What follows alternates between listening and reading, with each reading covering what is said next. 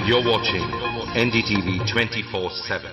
बताया जा रहा है कि यहाँ पे और 12 जगहों पे जो लाश मिली है वो सब स्लीपर सेल के हैं। 12 men who have been shot are all sleeper cells. Neither the police nor the defense have announced their role in this. For the first time in each of the victims, however, have been identified as terrorists, and there are bombs in each of their bags. Sleeper cells ఉపయోగించిన cell phones అన్ని satellite ద్వారా కూడా వాళ్ళున్న స్థావరాల్ని కనిపెట్టలేని అత్యంత ఆధునిక సాంకేతిక పరిజ్ఞానంతో కూడుకున్నవి.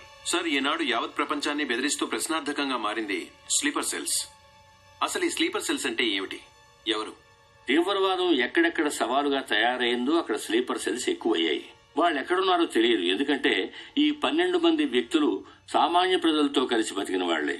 దేశం మీద, ప్రభుత్వం మీద ద్వేషం ఉన్నవాళ్లు, ప్రతీకార వాంఛ ఉన్నవాళ్లు ఎన్నో సంవత్సరాలుగా వాళ్ళని కల్టివేట్ చేసి వాళ్ళ కోపతాపాలను, పగ తీర్చుకునే భావాలను ఉగ్రవాదానికి ఉపయోగపరుచుకుంటున్నారు.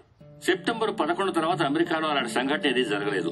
ఆ ఒక్క దేశంలోనే స్లీపర్ సెల్స్ ఎక్కడున్నాయో వాటన్నిటిని కనిపెట్టి చెదరగొట్టి మళ్లీ అవి పుట్టకుండా పెరగకుండా నిర్మూలించారు. जाना गया है कि 12 आतंकवादी हरकत उल के खतरनाक स्लीपर सेल से थे. ये हैं आतंकवादियों के नाम: उम्र 32, उम्र 29, उम्र 33, उम्र 34, उम्र 31. धोबी घाट में गोली मार दी गई है. हालांकि लाश को ले जाने के लिए कोई नहीं आया है. पुलिस के अनुसार उसके बारे में कोई भी जानकारी नहीं मिली है.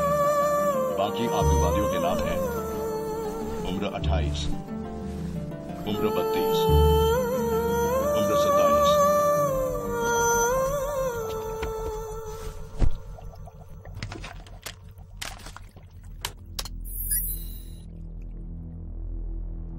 ఈ పని ఎవరు చేశారు? ఇంతవరకు తెలియదు.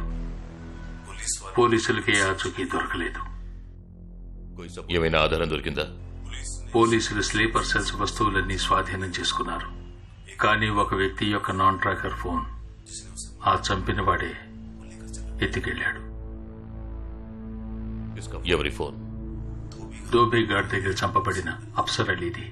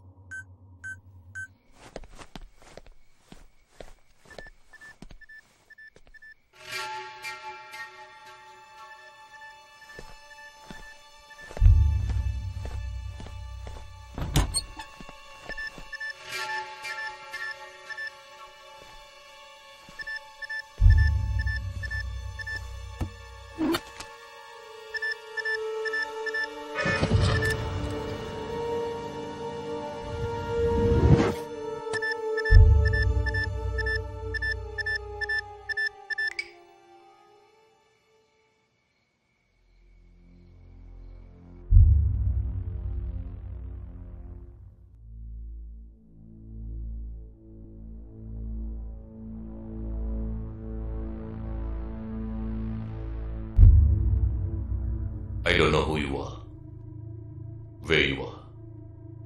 You've killed my 12 men, including my brother.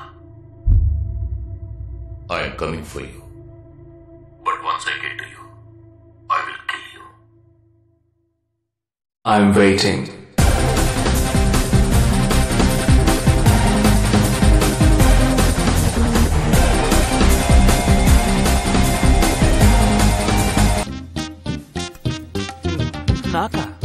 వీణ్ణెలా వదిలించుకోవాలని నేను చూస్తుంటే ఇప్పుడు నీకు అమ్మాయిల బ్రోకర్లా తయారాడు. ఏమిటండి ఇది? ఇలా పెద్దవాళ్ళని పట్టుకుని తప్పుగా మాట్లాడకూడదు. వారి వయసుని గౌరవించి పెళ్లి చేసుకోండి. పద.